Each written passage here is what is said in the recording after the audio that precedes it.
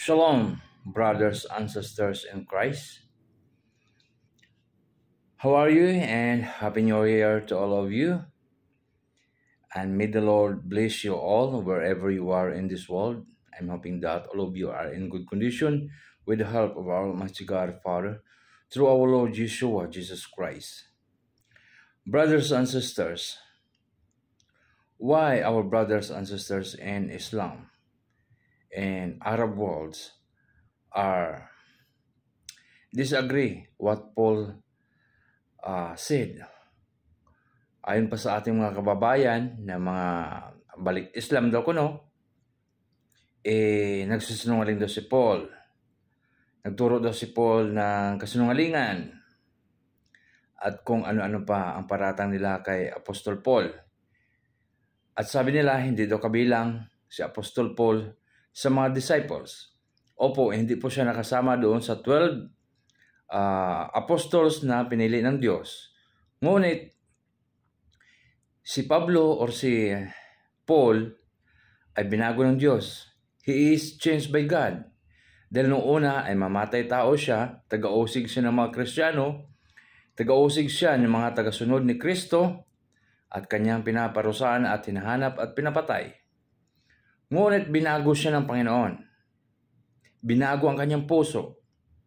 Noong siya ay papunta ng Syria, mababasa natin yan sa Acts chapter 9, ay nagpakita ang Panginoon sa kanya. Napakaliwanag at siya'y nalaglag sa kanyang kabayo at narinig niya ang boses ng Panginoon at binago siya. Binulag siya ng 3 araw at tinulungan siya na pagalingin muli ng mga followers or mga believers ng Panginoon. Tinulungan siya upang pagalingin. Doon siya nagbago. Nagbago po si Paul or si Apostol Pablo. Siya ay nagsisi sa kanyang mga ginawang kasalanan at pag-uusig sa mga tagasunod ng ating Panginoon.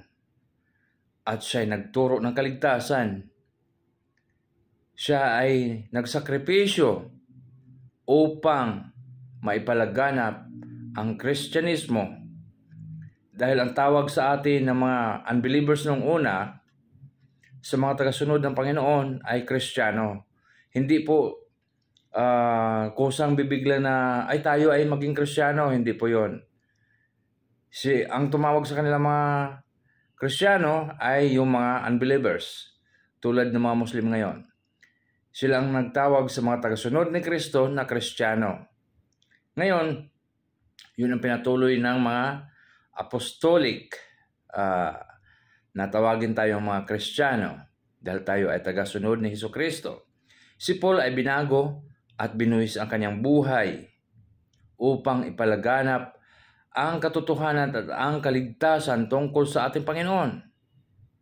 Hindi po siya nagsinungaling at nagturo ng iba tulad ng itinuro ni Muhammad. Kaya galit na galit ang ating mga kapatid na Islam dahil tinuro ni Paul na mag-ingat sa bulaang propeta, mag-ingat sa pangliligaw na iba ang turo tungkol sa ating Panginoon. Actually, sinulat ni Paul na mag-ingat sa gagamit ng pangalan ni Kristo at iligaw ang marami. At kung sino man, mga anghel at mga tao at napakilalang propeta na magturo ng iba tungkol kay Kristo, tungkol sa Diyos pamagitan ni Kristo, let them be accursed. Kasumpa-sumpa.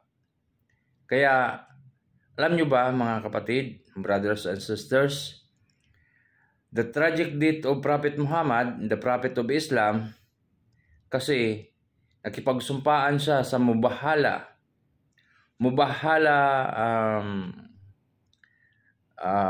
competition nila doon sa Medina.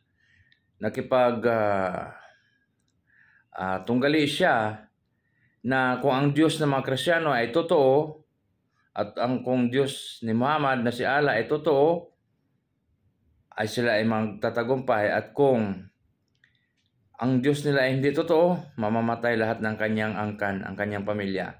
So ano ba nangyari sa pamilya ni Muhammad? Mga anak niya, mga asawa niya namatay.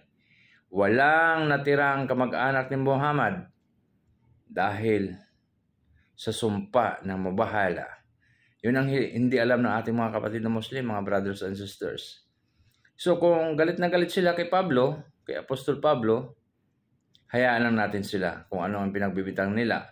Kasi alam naman natin ang katotohanan na nangyari sa buhay ni Apostol Paul kung paano siya baguhin ng Panginoong Hesus. Siya ay tinawag upang iligtas ang mga Gentiles. Ang hindi nananampalataya ay tinuruan ni Paul na sumunod sa Diyos sa pamagitan ni Kristo. Ngayon, galit kayo kasi iba daw ang tinuro ni Apostol Paul dahil ginawang Diyos daw si Jesucristo na isa lang naman propeta. But brothers and sisters, if you read Genesis hanggang Revelation, you know who is Jesus Christ.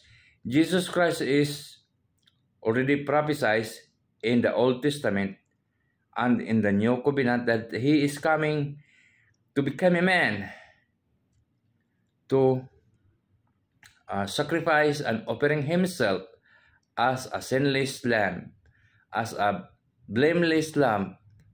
Malinis na tupa ang example ng Panginoon. So that's why the Lord Jesus Christ, He was died for us to redeem our sin.